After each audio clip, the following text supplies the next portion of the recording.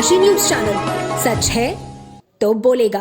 विश्व नारी अभ्युदय संगठन द्वारा राष्ट्रीय चिंतन दिवस के अवसर पर संगोष्ठी का आयोजन किया गया। ये कार्यक्रम विश्व संवाद केंद्र माधव कुंज लंका में हुआ। संगोष्ठी में संस्थान की राष्ट्रीय अध्यक्ष रीता जायसवाल ने धारा 498A में बदलाव की आवश्यकता पर जोर दिया।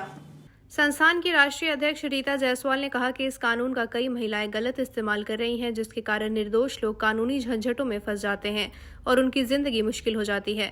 उन्होंने मांग की कि इस धारा में आवश्यक संशोधन किए जाए ताकि इसका दुरुपयोग न हो और केवल असली पीड़िताओं को न्याय मिल सके। जायसवाल ने आगे कहा कि धारा 498A के तहत महिला अपने ससुराल पक्ष के परिवार के सदस्य जैसे पति, सास ससुर, जेठ जेठानी, देवर, ननद और नंदोई को झूठे मामलों में फंसाने की कोशिश करती हैं। पहले इस धारा के तहत बिना किसी जांच के गिरफ्तारी की जाती थी, लेकिन अब न्यायालय के निर्देश पर पहले महिला अधिकारी द्वारा जांच की जाती है। फिर भी उन्होंने ये स्पष्ट किया कि जब कोई महिला शिकायत दर्ज करती है तो कानून के अनुसार मुकदमा दर्ज होता है, चाहे आरोप सही हो या गलत। इस स्थिति को देखकर धारा 498A में संशोधन की मांग की ताकि न्यायपूर्ण प्रक्रिया सुनिश्चित हो और किसी पक्ष के साथ अन्याय न हो।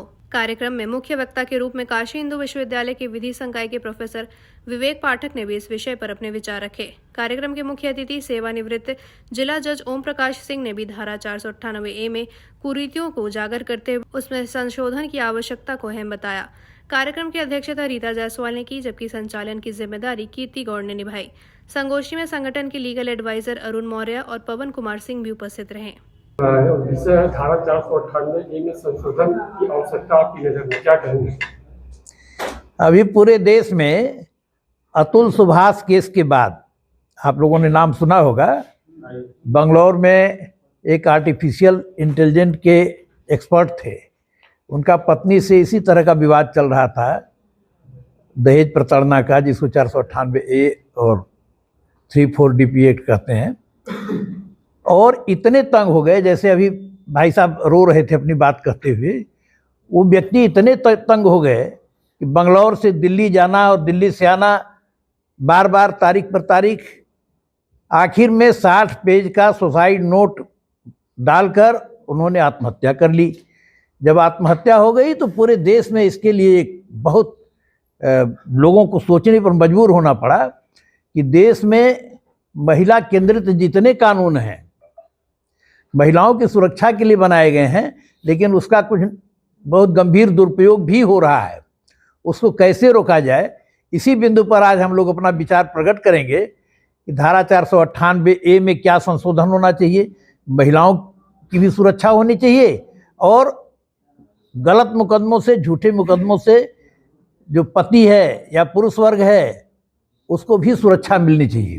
राष्ट्रीय चिंतन दिवस पे हम लोग राष्ट्रीय स्तर पर जो समसामयिक समस्याएं होती हैं उसको लेकर आते हैं। इस वर्ष हमारे संगठन ने निर्णय लिया कि महिला कानून का दुरुपयोग जो हो रहा है, कुछ ही लोगों द्वारा हो रहा है, लेकिन उससे बहुत परिवार बर्बाद हो रहे हैं।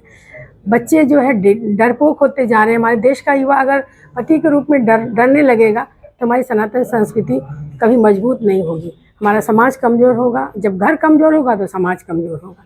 इसलिए हम महिलाओं का संगठन नहीं है, ये पारिवारिक संगठन है। इसलिए हम पारिवारिक मुद्दों, पारिवारिक विषय, गंभीर विषय है, गंभीर समस्या है, उसके समाधान के लिए हमारा संगठन आगे आया है। और आज देश भर में हमारे संगठन द्वारा या संगोष्ठी के रूप में ये विषय को लेकर आयोजन हो रहा है।